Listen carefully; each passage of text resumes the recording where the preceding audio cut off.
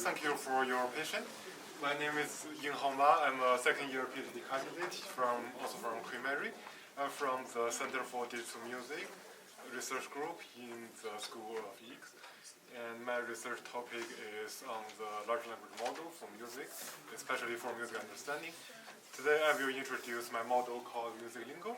It is capable to do the music captioning and music instruction following, which is really similar to what Lava have done, but Lava is working on a visual language model, and my model is act as a musical language model. And yeah, this is my shortly introduce on my background. I did my undergraduate in pure math, but later I turned my research in the computer music, and currently I'm a PhD student there. And together with my colleagues, we held open source organizations called Multimodal art projections on Hugging Face. Our aim is to create open source organizations on the Hugging Face for our research communities. And our pre-training models, especially for the music encoder model, have more than 10,000 monthly downloads. So we are really impactful, at least in the computer music communities. So welcome to follow our work on the Hugging Face. And yeah, so given most of you are from the computer vision community, so maybe it's better for me to shortly introduce on the field so-called music understanding or the music information retrieval. The key questions or key issues we would like to focus is to give music, typically acoustic music from in terms of the raw audios or the waveform, and we would like to decide or estimate the pitch informations, chord estimations, or temporal the beat information or something like that. And most commonly, we would like to know many, for example, music tags, like this general classification result, the instrument result, the tempo result, or the emotion result, or something like that. In this way, you would like to do some like music recommendations, or you want to retrieve a music on, for example, Spotify or Apple Music, then it will be really helpful for you to find out the music easily. And this is really helpful for the music industry, especially for the musicians when they want to compose some kind of music, or the music performers or something like that. But most of the current algorithms are working on the predefined categorical labels, so it's not compatible well with human language.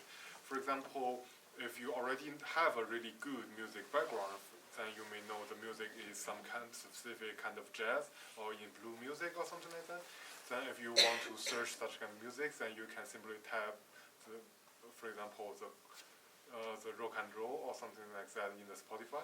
But if you do not know such kind of terminologies, then it might be really difficult for you to find the music you are interested in.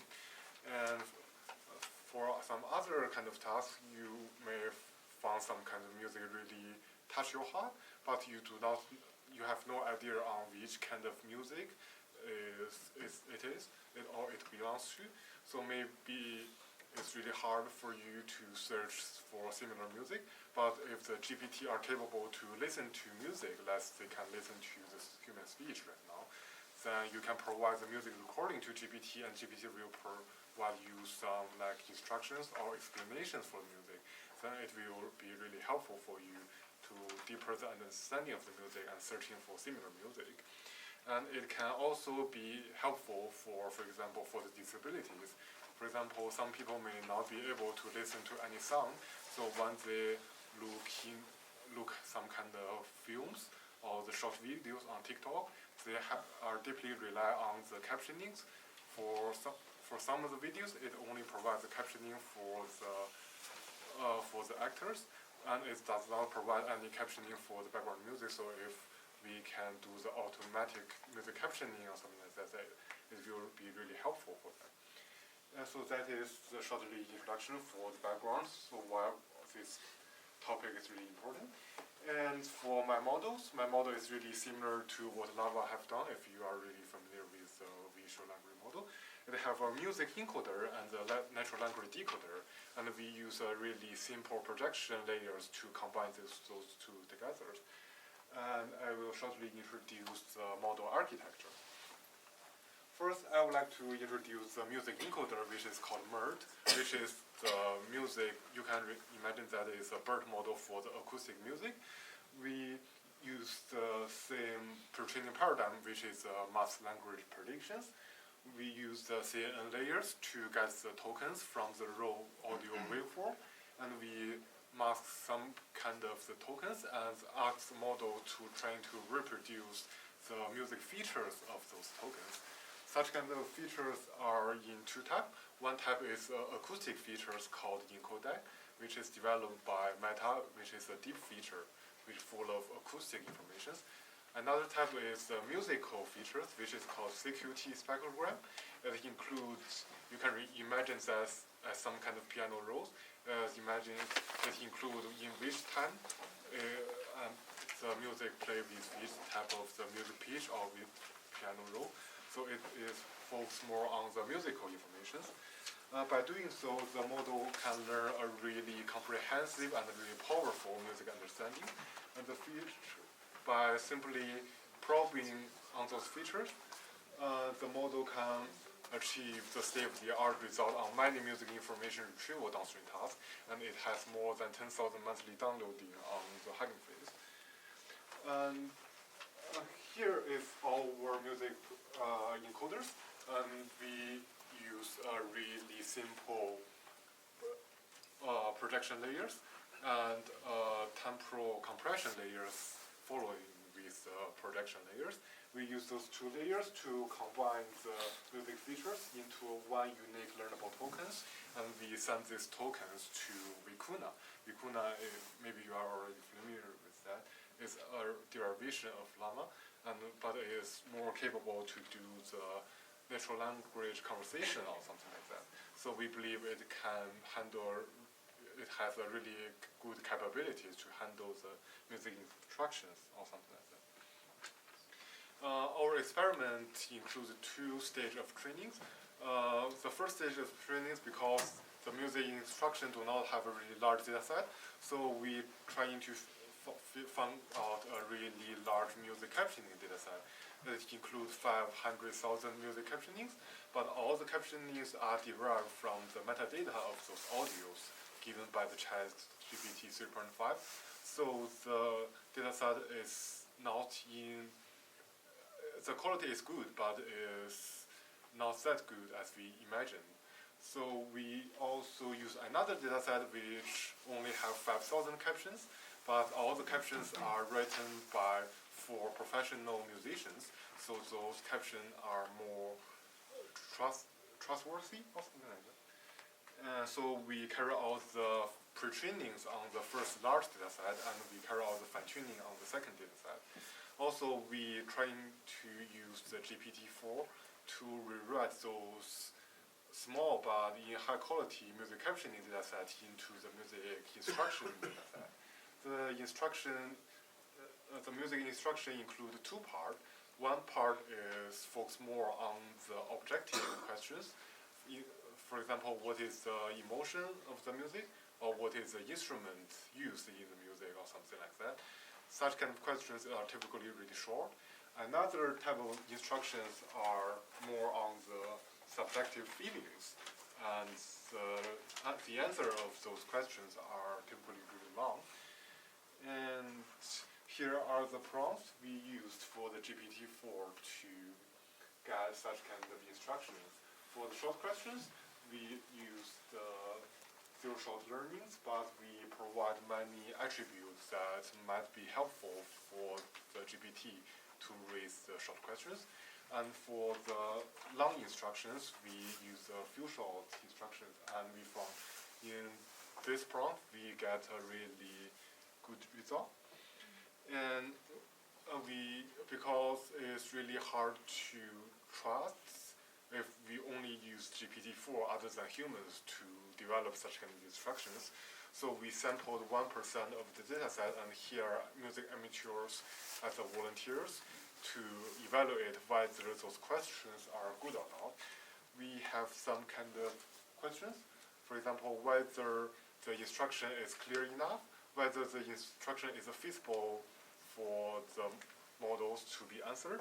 And we also have some other evaluation metrics.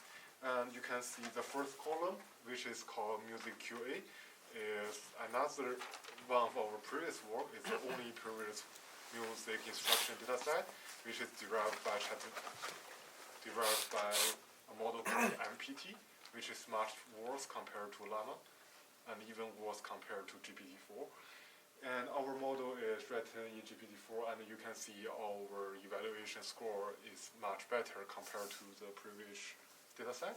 And also our size of our dataset is also larger compared to the previous dataset.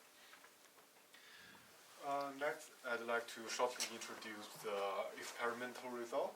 First is the experimental result on the music instructions. We use 4 evaluation metrics. The most important evaluation metric is bird score. All the evaluation metrics are objective evaluation metrics, so we do not hire any volunteers to make any scores for the output. And due to the limited of the budget, and all the baseline systems are developed for the audio instruction following or the music instruction followings. And we carry out the experiment on 3 different datasets, as I mentioned, which is the music instruction short version, music instruction long version, and music QA. And overall, our model performed the state-of-the-art result. One thing I would like to mention is that the model called MuLlama is trained on the music caption datasets that are used to create music instruction datasets. So the MuLlama model has the really significantly labelity or something like that. So the results might be overestimated. So I do not add some stars in the tables for the model. And another is we would like to evaluate whether our models also is trained on music instructions. We want to see if the model are capable to do the music captioning issues. And you can see, by doing so, we use the instruction called please provide the music caption. And you can see our model also have a really good result on the music captioning. It provides a state-of-the-art result on 2 evaluation metrics, but it's not the best one in terms of the bird score, because our model can only turn the 1 or 2 layers in the projections. So if our model are capable, for example, to apply the LoRa to the Vicuna or something like that, then maybe our model can provide a much better result on the music captioning task. The last thing is the evaluation study on the fine-tuning dataset. And we found that, for example, if we fine-tune on not only the music instruction dataset with the short dataset, but also on the long question and answering on the same dataset.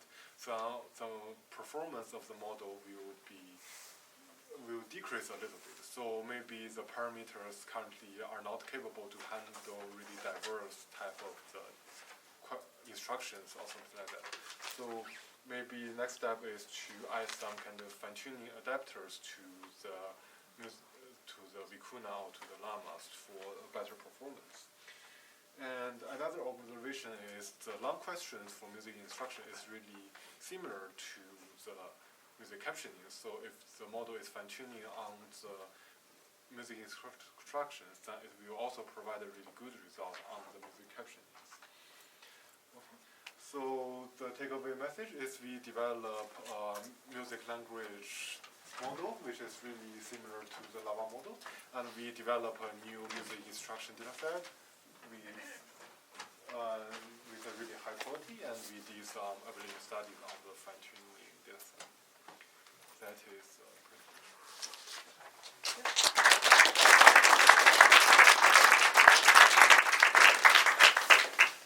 Do you have questions for this?